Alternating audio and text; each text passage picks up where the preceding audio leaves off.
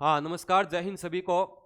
Online class में फिर से आप लोगों का सभी का स्वागत है। पीछे की क्लासों में मैंने आपको 3-4 जनजातियां जो हैं वो करवा दी हैं। उसमें मीणा जनजाति के बारे में, भील जनजाति हो गई है, ग्रासिया जनजाति हो गई है। आज अपने चौथी बड़ी जनजाति है सहरिया जनजाति, उसके संदर्भ में देखेंगे। ठीक है, तो आज पढ़ेंगे सहरिया जनजाति। कौन सी? सहरिया। सहरिया जनजाति बहुत अच्छे जनजाति है भाई। इसके संदर्भ में मेलों से संबंधित प्रश्न जो है वो परीक्षाओं में अक्सर पुटअप होते हैं। इनके मेले हैं, सीताबाड़ी का मेला है, कपिलधारा का मेला है, ये कई दफा परीक्षाओं में पूछा गया है। ठीक है, तो बात करते हैं सहरिया जनजाति के बारे में। सर्वाधिक कहाँ है? सर्वाधिक 12 जिले में है। कौन से में?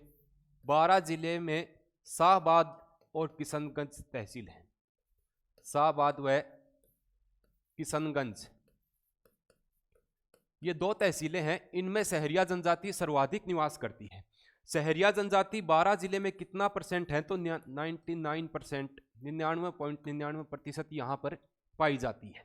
ठीक है, यानी पूर्ण रूप से शाहबाद और किशनगंज दोनों तहसीलों में सहरिया जनजाति निवास करती है। इसके अलावा अपने भारत के संदर्भ में देखें तो एमपी का कुछ भाग है, वहां पर भी सहरिया जनजाति के लोग जो हैं वो पाए जाते हैं। अब एक बात देखो, ये जो 12 है, 12 जिले को मसालों का घर भी कहा जाता है। थोड़ी सी बात कर लेते हैं। 12 जिले को मसालों का घर उपनाम है। क्या है? मसालों का घर भी बोलते हैं 12 को। छोटी सी बात है, कई बार पूछ लेते हैं। शाहबाद पड़ता है 12 में, तो शाहबाद मस्जिद है 12 में। शाहबाद मस्जिद भी है जो कि राज्य की सबसे बड़ी मस्जिद है। शाहबाद मस्जिद कहाँ है? 12 में। राज्य की सबसे बड़ी मस्जिद है, सबसे बड़ी मस्जिद। अरे वाह, अच्छी बात है ना। इनको निर्माण कौन करवाए हो? शाहबाद मस्जिद का निर्माण मुक्तामन ने करवाया था। शाहबाद मस्जिद का निर्माण मुक्तामन के द्वारा करवाया गया था। ये 12 के संदर्भ में बातें हैं। 12 जिले की शाहबाद और किशनगंज में सहरिया जनजाति सर्वाधिक है। 12 जो है इसको मसालों का घर भी कहा जाता है, अपने इसको पढ़ चुके हैं। शाहबाद मस्जिद है, ये जो शाहबाद स्थान है तो ये तहसील हैं दोनों, किशनगंज और शाहबाद तहसीलें हैं। बाकी शाहबाद मस्जिद 12 में है जो कि राजस्थान की सबसे बड़ी मस्जिद मानी जाती है और इसका निर्माण मुक्तामन ने करवाया था। आज की क्लास में मैं अन्य तथ्यों को साथ लेके चलूंगा, क्योंकि कल परसों की क्लास में शायद कुछ बच्चों के कमेंट्स थे कि सर बता नहीं रहे हो, तो साथ की बातें बताते हैं वो थोड़ा सा टॉपिक अलग हो जाता है, इस वजह से मैं उन बातों को साथ लेके नहीं आता। बाकी आज मैं बताने का प्रयास करूंगा। यह है किशनगंज, याद रखना क्या है? किशनगंज है। और किशनगढ़ है वो अजमेर में पड़ता है। किशनगढ़ अजमेर वाला है। अपने पढ़ते ना किशनगढ़ शैली, बनी ठणी जिसको बोलते हैं, तो किशनगढ़ अजमेर में है। किशनगंज कहाँ है? 12 में है। ठीक है, इस बातों को आप देख लो एक बार। हाँ, आगे बात करें तो सहरिया जनजाति जो है, सहरिया जनजाति 12 में हो गई। भारत सरकार द्वारा एकमात्र ऐसी जनजाति है जिसको आदिम जनजाति समूह में रखा गया है। आदिम जनजाति समूह के अंतर्गत किस जनजाति को रखा गया है? सहरिया जनजाति को। आदिम जनजाति का मतलब क्या हुआ? पिछड़ी हुई जनजाति है। यह प्रश्न कई दफा परीक्षाओं में आया हुआ है, भले ही वो आरपीएससी के एग्जाम हो या अधीनस्थ बोर्ड के एग्जाम हो, यहां से प्रश्न पुटअप होता है अक्सर। बाकी अब तो सब बच्चों को पता लग गया कि हाँ भाई सहरिया जनजाति जो है इसको आदिम जनजाति समूह में रखा गया है। और ये बात भी आप याद रखना, सबसे पुरानी जनजाति पूछ ले तो वो भील जनजाति है। और आदिम जनजाति समूह में कौन सी है? सहरिया जनजाति। यानी जितनी भी जनजातियां हैं उनमें सबसे पिछड़ी हुई जनजाति सहरिया जनजाति को माना गया है। सहरिया जनजाति जो है तो इसकी उत्पत्ति किससे हुई है? फारसी भाषा का शब्द है। कौन सी भाषा का? फारसी भाषा का एक शब्द होता है सहर। ठीक है, इससे सहरिया जनजाति की उत्पत्ति हुई है, नाम दिया गया है। और इस शहर का शाब्दिक अर्थ होता है जंगल। ठीक है, जैसे मैंने आपको ग्रासिया में बताया था कि ग्रासिया जनजाति की उत्पत्ति गवास शब्द से हुई है और गवास का अर्थ होता है छोटा समूह। उसी प्रकार से सहरिया जनजाति की उत्पत्ति के संदर्भ में देखें तो शहर, फारसी भाषा के शहर शब्द से इनकी उत्पत्ति हुई है और इसका अर्थ होता है जंगल। याद रखना इस बात को। हाँ, आगे अगर बात करें तो आदिम जनजाति समूह हो गया है। एक मिनट, थोड़ा सा मैं इधर कर लेता हूं। हाँ, आगे इसके संदर्भ में अपने देखें तो इनकी जो सहरिया जनजाति की जो बस्ती होती है उसको क्या कहा जाता है, इसके गांव को क्या कहा जाता है, ठीक है, और इनके घरों को क्या कहा जाता है। सहरिया जनजाति की जो बस्ती होती है उसको सहरोल बोलते हैं, सहराना। बस्ती को क्या कहा जाता है, सहराना, और गांव को बोलते हैं सहरोल, ठीक है। इनके घरों को टापरी कहा जाता है। ग्रासिया जनजाति सहरिया जनजाति के जो घर हैं उनको टापरी कहा जाता है, ठीक है। एक बार पुनः देखो, अपने पढ़ रहे हैं सहरिया जनजाति। सहरिया जनजाति सर्वाधिक कहाँ है, तो बारां में है। बारां जिले की शाहबाद और किशनगंज तहसील में ये सर्वाधिक निवास करते हैं। 99% सहरिया जनजाति यहीं पर निवास करती है। इसके अलावा मध्य प्रदेश के में भी सहरिया जनजाति जो है इसके लोग देखने को मिलते हैं। शाहबाद मस्जिद भी याद रखना बारां में है, जो कि राज्य की सबसे बड़ी मस्जिद मानी जाती है। इसका निर्माण मुक्तामन ने करवाया था। किशनगंज तो है बारां में और किशनगढ़ पड़ता है अजमेर में, कंफ्यूज नहीं होना। एकमात्र ऐसी जनजाति है जिसको आदिम जनजाति समूह के अंतर्गत रखा गया है, यानी पिछड़ी हुई जनजाति इसको माना गया है। इसकी उत्पत्ति फारसी भाषा के शहर शब्द से हुई है और जिसका शाब्दिक अर्थ होता है जंगल। सहरिया जनजाति की जो बस्ती होती है उसको कहा जाता है सहराना, ठीक है। इनके गांवों को सहरोल बोलते हैं और इनके जो घर होते हैं उनको टापरी कहा जाता है। घरों को टापरी कहते हैं। आगे चलते हैं। हाँ, सहरिया जनजाति जो है इसकी पंचायत क्या कहलाती है, पंचायत के मुखिया की भी बात करेंगे, लेकिन इनकी जो पंचायत है वो क्या कहलाती है, तो इनकी पंचायत को चौरासिया पंचायत कहते हैं। कौन सी पंचायत है गुरुजी, चौरासिया पंचायत, अच्छी है ना। चौरासिया पंचायत जो है ये है, और इनकी पंचायत जो है ये वाल्मीकि मंदिर में होती है। वाल्मीकि मंदिर में, क्योंकि ये वाल्मीकि जो है इनको अपना आदर्श गुरु मानते हैं। वाल्मीकि को आदर्श गुरु मानते हैं, ठीक है। वैसे ये तेजाजी के भी भगत हैं। तेजाजी जो है इनकी भी पूजा अर्चना ये करते हैं। पहले बात हो रही है पंचायत की, तो पंचायत कौन सी, चौरासिया पंचायत होती है इनकी। इनकी पंचायत का मुखिया, इनकी पंचायत का मुखिया जो है वो क्या कहलाता है, तो वो होता है कोतवाल। सहरिया जनजाति की पंचायत का मुखिया कोतवाल कहलाता है। अरे वाह, अच्छी बात है ना। कैसे याद करोगे, एक बार नोट लगा के मैं आपको बताऊं। उससे पहले मैंने आपको कहा था कि मीणा जनजाति की पंचायत का मुखिया जो है वो क्या होता है, पटेल होता है, ठीक है। भील जनजाति में लिखवाया था गमेती, ठीक। उसके बाद में ग्रासिया पढ़ा तो उनका होता है सहलोत, और यहां पर अपने पढ़ रहे हैं पंचायत का मुखिया इनका सहरिया जनजाति का, तो ये होता है कोतवाल। एक बात आप याद रखना, अरे शहर में जो थाना होता है उसको क्या बोलते हैं, कोतवाली थाना। शहर में थाना यानी कि सहरिया जनजाति कोतवाल, ठीक है। थाने एक तो अपने बाहर की साइड होता है उसको बोलते हैं सदर थाना, जो शहर में होता है वो होता है कौन सो, कोतवाल, कोतवाली थाना बोलते हैं। तो सहरिया जनजाति का कौन है, कोतवाल है। मीणा जनजाति का पंचायत का मुखिया पटेल होता है। भीलों का गमेती है और ग्रासियों का सहलोत जो है ये पंचायत का मुखिया होता है। आप स्क्रीनशॉट लेना चाहो तो यहां से एक बार स्क्रीनशॉट ले लो, ठीक है। हाँ, आगे चलते हैं। सहरिया जनजाति जो है इनकी कुल देवी कौन सी होती है, अरे वाह, कुल देवी समझते हो ना, एक आराध्य देवी होती है, एक कुल देवी। सहरिया जनजाति की कुल देवी जो है वो कोडिया माता है। कौन सी माता, कोडिया माता। सहरिया जनजाति की कुल देवी कोडिया माता है। मैंने आप लोगों को भीलों में पढ़ाया था कि भीलों की जो कुल देवी है वो बराड़ी माता है। उन्हें याद करवा दो, भीलों की कुल देवी बराड़ी माता है। कौन सी, बराड़ी माता है, ठीक है। भीलों का जो कुल देवता है वो टोटम है। ये पीछे क्लास में हो गया, कई बच्चों ने नहीं देखा तो वहां से देख लेना। भीलों के बारे में जानकारी मैंने आप लोगों को साझा कर दी थी पिछली क्लास में। एक बात पर आप गौर करना, मैं जो आप लोगों को इनके रीति रिवाज, इनके संस्कार जो पढ़ा रहे हैं तो वो किताबों के हिसाब से या पुराना जो इतिहास है उसके हिसाब से मैं बता रहा हूं। तो मेरा उद्देश्य किसी की भावनाओं को ठेस पहुंचाना नहीं है यहाँ पर जनजातियों में लेकर, न ही मैंने ऐसा कोई विचार अपना यहाँ पर प्रस्तुत किया था। पीछे की क्लास में एक बच्चे का कमेंट्स आया था कि सर आप ये बता रहे हो, ये बता रहे हो। देखो, जैसा किताबों में छपा हुआ है, जैसा पेपरों में पूछा जाता है, पुराने रीति रिवाजों के हिसाब से, पुराने जो संस्कार चले आ रहे हैं उसके हिसाब से मैं आप लोगों को बता रहा हूँ। ठीक है।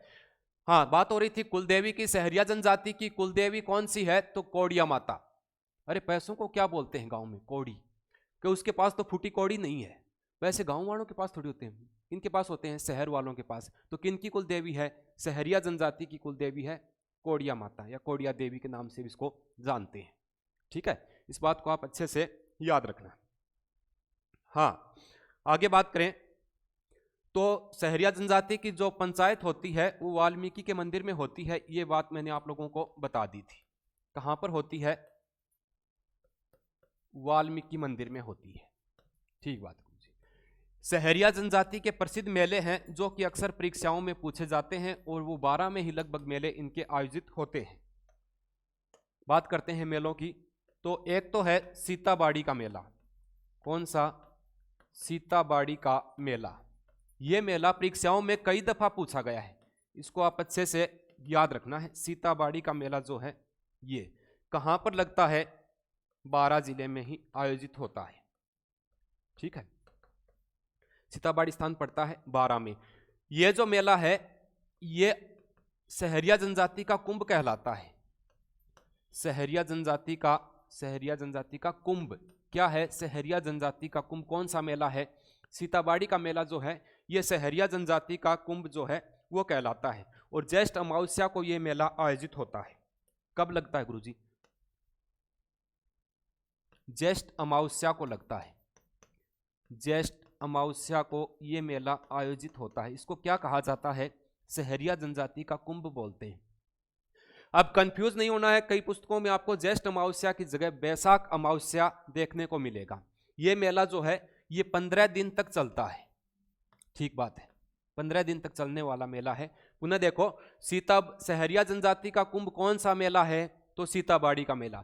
सीताबाड़ी का मेला कहाँ आयोजित होता है? 12 में। सीताबाड़ी मेले का आयोजन कब होता है? ज्येष्ठ अमावस्या को होता है। 15 दिन चलता है, लेकिन अमावस्या वाले दिन यहाँ पर लाखों श्रद्धालु आते हैं।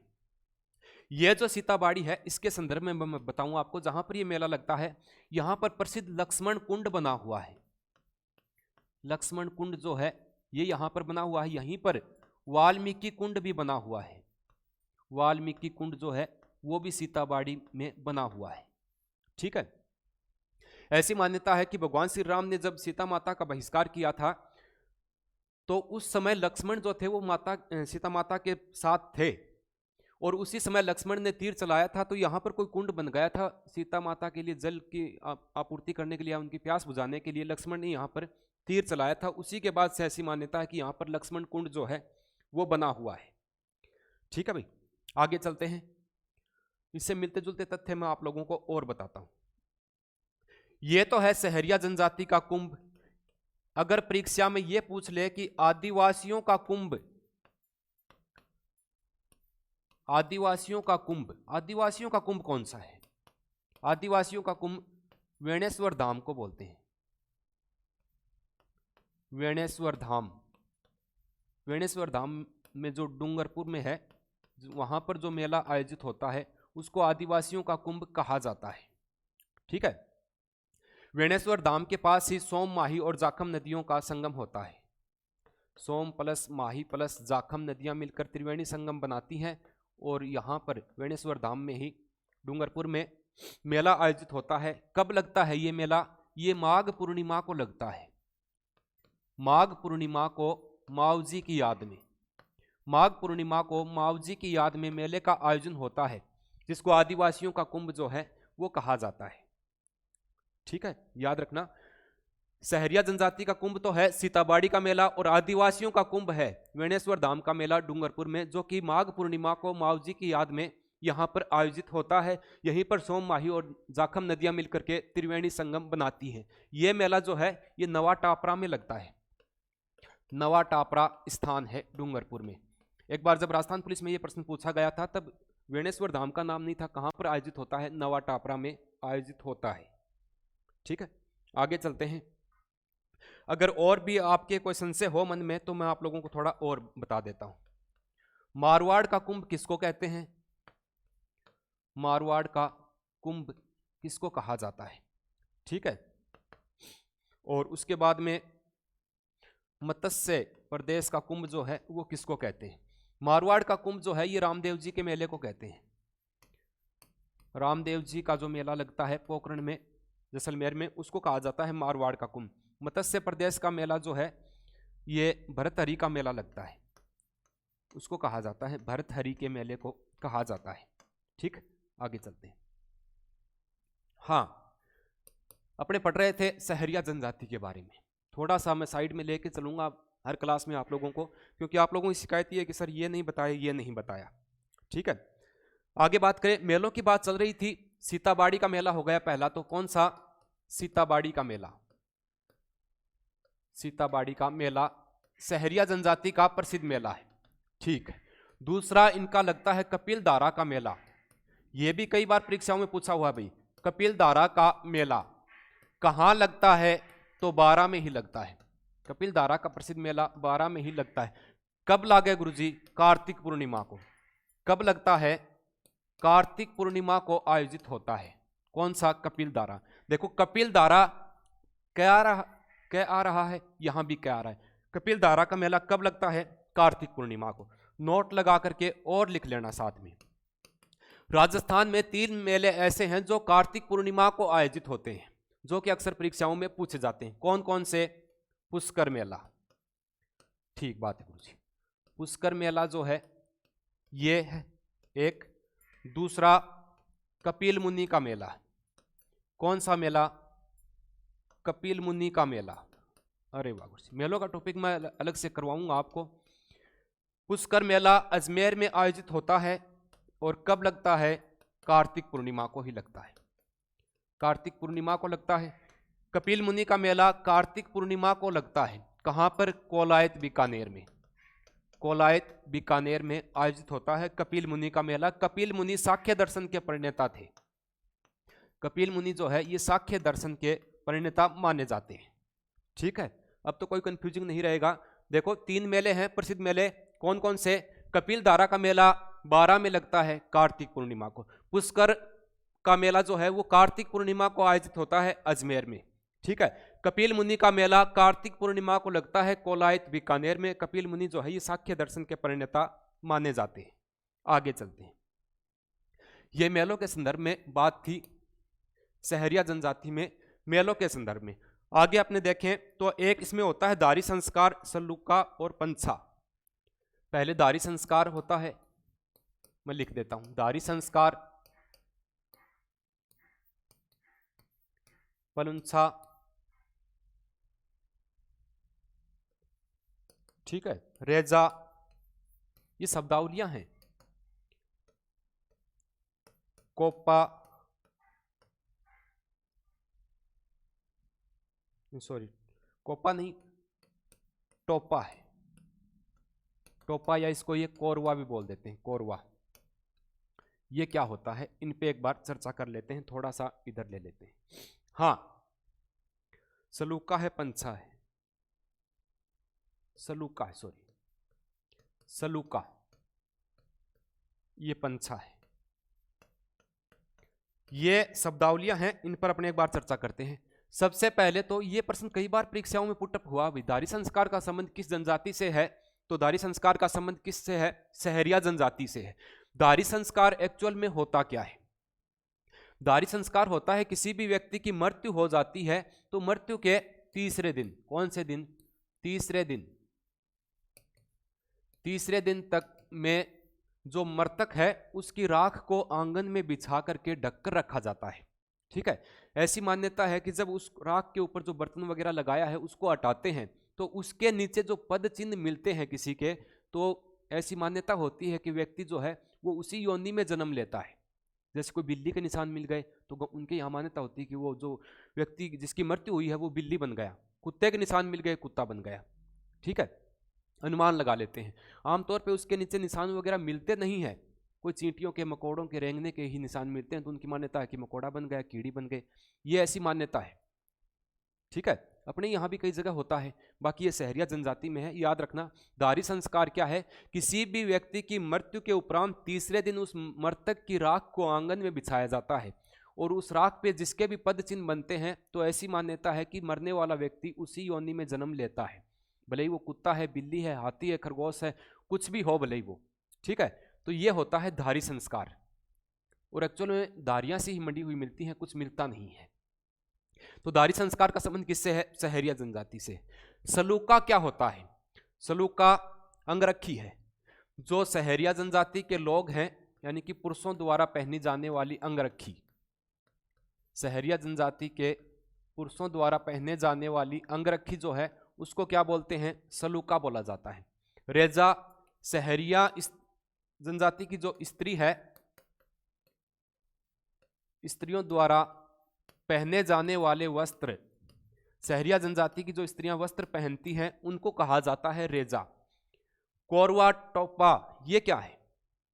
सहरिया जनजाति के जो लोग हैं वो जंगलों में रहते हैं, और जंगलों में रहते हैं तो वो किसी भी जंगली जानवर का शिकार न हो या फिर कोई अन्य आपदाओं से बचने के लिए वो पेड़ों के ऊपर बल्लियां लगा करके ऊंचे मचान पर झोंपड़ी बनाते हैं, उसको बोलते हैं टोपा या कोरवा। पुनः सुनो एक बार, टोपा या कोरवा क्या होता है? सहरिया जनजाति के लोगों द्वारा पेड़ों के ऊपर झोपड़ियां बनाई जाती हैं, जिनको ये लोग टोपा कहते हैं, ऊपर बनाई जाती हैं। अरे टोपा अपने कहाँ लगाते हैं? सिर में। तो टोपा यानी कि पेड़ों के ऊपर बनाई गई झोपड़ी जो है उनको टोपा या कोरवा कहा जाता है। उसके बाद बात करते हैं पंछा। पंछा सहरिया जनजाति के पुरुषों द्वारा पहनी जाने वाली तंग धोती होती है। पुरुषों द्वारा पहनी जाने वाली तंग धोती।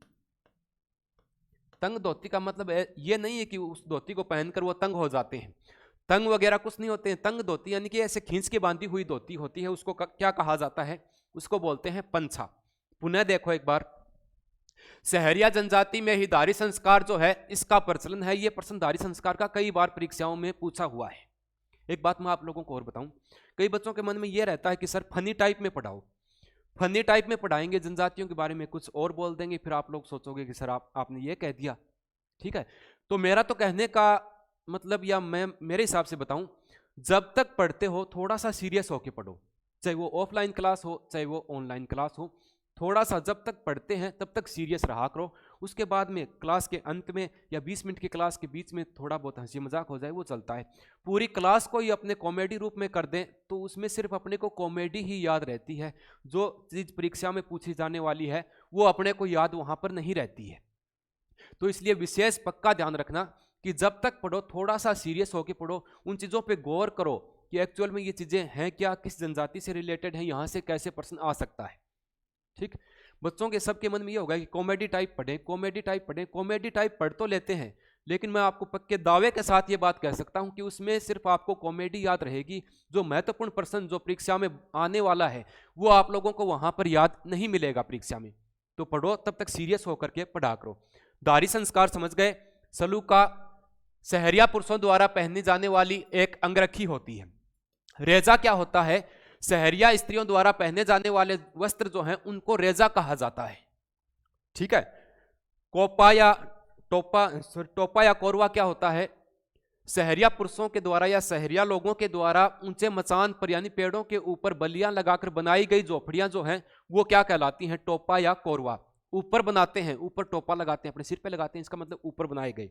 ठीक है, पंछा पुरुषों द्वारा पहने जाने वाली तंग धोती होती है, उसको पंछा कहा जाता है। भील पुरुषों द्वारा जो तंग धोती बांधी जाती है उसको वो डेपाड़ा बोलते हैं। डेपाड़ा किसके लिए है? भीलों के लिए। अरे वाह गुरु जी, किस जनजाति के लिए? भील जनजाति में पुरुष जो बांधते हैं तंग धोती उसको डेपाड़ा कहा जाता है। और भील जनजाति की महिलाएं जो घुटनों तक शॉर्ट स्कर्ट पहनती हैं उसको क्या कहा जाता है? उसको डेपाड़ा नहीं, सॉरी, उसको कछाऊ कहा जाता है। आगे चलते हैं। हाँ, दारी संस्कार जो है ये हो चुका है। अब मैं आप लोगों को बताता हूं एक इसमें होता है हथाई बंगला। क्या होता है? हथाई बंगला। अरे वाह गुरु जी, हथाई बंगला ये कौन सा बंगला है? ये बंगला है सहरिया जनजाति का प्रमुख बंगला। मतलब क्या हुआ? ये एक सामुदायिक भवन होता है। कौन सा? सामुदायिक भवन। अरे वाह गुरु जी, सामुदायिक भवन का मतलब क्या हुआ कि सहरिया जनजाति जो है इसमें कोई मीटिंग वगैरह होती है या लोग छोटे स्तर पे कोई पंचायत का आयोजन करते हैं तो वो यहाँ पर जाते हैं। कहने का मतलब अपने समाज में जो धर्मशालाएं होती हैं, गांव के बीच में जो धर्मशाला बनेडी हो ने, उसी प्रकार से इनके जहाँ पर पंचायत हो या कोई मीटिंग होती है या कोई भी फैसला लेना होता है तो वो क्या होता है, उसको ये बोलते हैं अथाई बंगला। अथाई से तात्पर्य क्या होता है, आपस में बातचीत करना। बंगले का मतलब यहाँ पर किसी मकान से है, यानी कि ऐसा कोई मकान जहां पर बैठ करके बातचीत होगी तो उसको बोलते हैं अथाई बंगला। समझ गए? आगे बात करते हैं। सहरिया जनजाति एकमात्र जनजाति है, एकमात्र जनजाति कौन सी गुरुजी? जो भीख नहीं मांगते हैं। एकमात्र जनजाति जो भीख नहीं मांगते हैं। सहरिया जनजाति के लोग भीख नहीं मांगते हैं भाई, याद रखना। कौन सी जनजाति है जिसके लोग कभी भीख नहीं मांगते? तो सहरिया जनजाति के लोग भीख नहीं मांगते हैं। ठीक है, आगे मैं बात करूं तो कोई पॉइंट छूट गया है तो मैं बता देता हूं। हाँ, एक इनका प्रसिद्ध मेला और लगता है भाई, जिसको भंवरगढ़ का मेला है। कौन सा? भंवरगढ़ का मेला। भंवरगढ़ का मेला, भंवरगढ़ का मेला जो है किससे संबंधित है? सहरिया जनजाति से संबंधित है। भंवरगढ़ का प्रसिद्ध मेला जो है ये। हाँ, अब इसके अपने बात करते हैं सहरिया जनजाति के नृत्यों पर। किस पर गुरुजी? नृत्यों पर। नृत्यों से भी कई बार प्रश्न जो है वो पुटअप हो जाता है। बहुत ही महत्वपूर्ण इसके नृत्य हैं। तो सबसे पहले फाग या राई है, जो कि होली के अवसर पे किया जाता है। कौन सा? फाग या राई नृत्य। फाग या राई नृत्य सहरिया जनजाति का है। और ये कब करते हैं? फाग को तो अपने को पता ही है, होली के अवसर पे किया जाने वाला नृत्य है फाग। या जैसे मैंने आप लोगों को उसमें बताया था कि ग्रासिया जनजाति में वालर, लूर, कूद, मांदल ये सभी ग्रासिया जनजाति के हैं। एक इसमें नृत्य आता है हिंडा नृत्य और एक इनपरी होता है। कौन सा गुरुजी? हिंडा नृत्य। एक इनपरी है, जलपरी नहीं है, इनपरी नृत्य है। ठीक है, इसमें ये अच्छा है। हिंडा नृत्य किस त्योहार पे सहरिया जनजाति के लोगों द्वारा हिंडा नृत्य किस त्योहार पर किया जाता है? तो ये दीपावली के अवसर पर करते हैं। कब करते हैं? दीपावली के अवसर पे। दीपावली के त्योहार पे किया जाने वाला नृत्य कौन सा है? हिंडा नृत्य है। ये जो इनपरी नृत्य है ये पुरुष जो है उनके द्वारा, पुरुषों द्वारा किया जाने वाला नृत्य है। पुरुषों द्वारा किया जाने वाला नृत्य है। पुरुषों द्वारा मुखौटा लगा करके, मुखौटा, मुंह पर मुखौटा लगाकर किया जाने वाला नृत्य है। कौन सा? इनपरी। ठीक है, इनपरी को आप अच्छे से याद रखना। एक प्रमुख नृत्य है इनका, जो कि ये लोग मकर संक्रांति के अवसर पे करते हैं। कब करते हैं? मकर संक्रांति के अवसर पे किया जाने वाला, सहरिया जनजाति के लोगों द्वारा मकर संक्रांति के अवसर पे किया जाने वाला नृत्य कौन सा है? तो लेंगी नृत्य है। कौन सा है? लेंगी। लेंगी नृत्य सहरिया जनजाति से संबंधित है, जो कि मकर संक्रांति पे किया जाता है। अब इसके संदर्भ में दो टाइप से प्रश्न बनते हैं। कौन से? मैं बता देता हूं दोनों। प्रश्न यह भी आ सकता है कि सहरिया जनजाति द्वारा हिंडा नृत्य किस त्योहार के अवसर पे किया जाता है? दीपावली पर, होली पर, मकर संक्रांति पर, इस हिसाब से। तो कब किया जाता है? दिवाली पे करते हैं। ठीक है, पुरुषों द्वारा मुखौटा लगा करके किया जाने वाला नृत्य कौन सा है? तो इनपरी है। एक बात और याद रखना आप लोग इसमें, सहरिया जनजाति के स्त्री और पुरुष, स्त्री व पुरुष साथ में नृत्य नहीं करते हैं। एक साथ नृत्य नहीं करते हैं। एक साथ नृत्य नहीं करते हैं। ठीक है, अलग अलग जनजातियों में अलग अलग रीति रिवाज हैं। ठीक, इस बात को आप याद रखना है अच्छे से। मैं तो मेरी तरफ से अच्छे से करवाने का प्रयास कर रहा हूं। किसी भी बच्चे की कोई बात नहीं समझ में आती है तो कमेंट्स के माध्यम से बता दिया करो। लाइव क्लास भी लेके आते हैं, लेकिन लाइव क्लास का सेशन दोपहर को मैं रखता हूं, शाम को करना शुरू कर देंगे। मैं वही बातें लेके आता हूं क्लास में जो अक्सर परीक्षाओं में पूछी गई हैं। फालतू की कॉमेडी अभी मैं कर नहीं रहा हूं, क्योंकि सीरियस होकर के पढ़ोगे तो थोड़ा अच्छे से आप लोगों के समझ में आ जाएगा। आओ चलते हैं वापिस, एक बार मैं करवा देता हूं रिपीट। ये देखो, यहां से आ जाओ। सहरिया जनजाति, ठीक है, कहां पर है सर्वाधिक? 12 जिले में है। शाहबाद और किशनगंज तहसील में सहरिया जनजाति सर्वाधिक निवास करती है। भारत सरकार द्वारा आदिम जनजाति समूह में किस जनजाति को रखा गया है? तो सहरिया जनजाति को रखा गया है। यह भी प्रश्न अच्छा बनता है। सहरिया जनजाति की उत्पत्ति की बात करें तो फारसी भाषा का शहर शब्द है, इससे इसकी उत्पत्ति हुई है, और शहर शब्द का शाब्दिक अर्थ होता है जंगल। सहरिया जनजाति की जो बस्ती है उसको सहराना कहा जाता है। गांवों को बोलते हैं सहरोल और घरों को टापरी यहां पर कहा जाता है। हाँ, सहरिया जनजाति की पंचायत जो है वो चौरासिया पंचायत के नाम से जानी जाती है। इनकी पंचायत जो है वो वाल्मीकि मंदिर में होती है, क्योंकि वाल्मीकि जो है उनको ये अपना आदर्श गुरु मानते हैं। ठीक है, और ये तेजा जी हैं, इनकी भी पूजा अर्चना करते हैं। इनके पंचायत का मुखिया कोतवाल कहलाता है। मीणा जनजाति में पंचायत का मुखिया पटेल होता है। भीलों में गमेती और ग्रासियों में सहलोत होता है। आगे चलें तो इनका प्रसिद्ध मेला जो है, हाँ यहां पर एक बार देख लो, कुलदेवी की बात करते हैं। कुलदेवी है कोड़िया माता, भीलों की कुलदेवी बराड़ी है। ये बातें मैं नोट लगा करके बीच में आप लोगों को बता दी थी। इनकी पंचायत जो है वो वाल्मीकि मंदिर में होती है। कहाँ होती है? वाल्मीकि मंदिर में।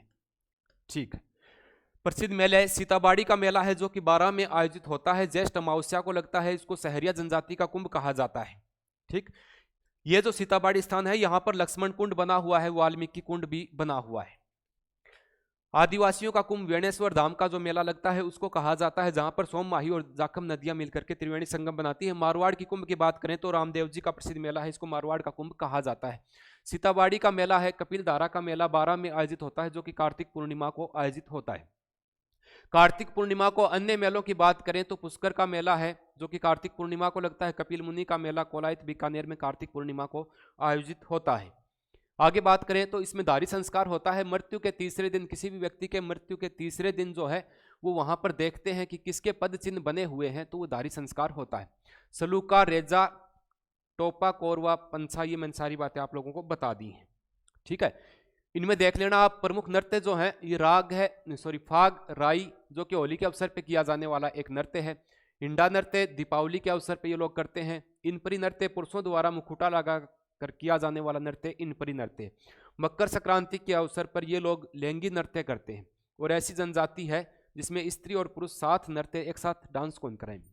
ठीक है, और एकमात्र ऐसी जनजाति है जिसके लोग कभी भीख जो है वो नहीं मांगते हैं। तो ये सहरिया जनजाति के बारे में अब तक परीक्षाओं में पूछे गए वो तथ्य और इसकी महत्वपूर्ण जानकारी मैंने आप लोगों को उपलब्ध करवा दी है। आप क्लास को देखिए और नेक्स्ट क्लास अन्य जनजातियों से रिलेटेड लेकर के आएंगे, उसमें जनजातियों का टॉपिक जो है वो पूर्ण करवा देंगे।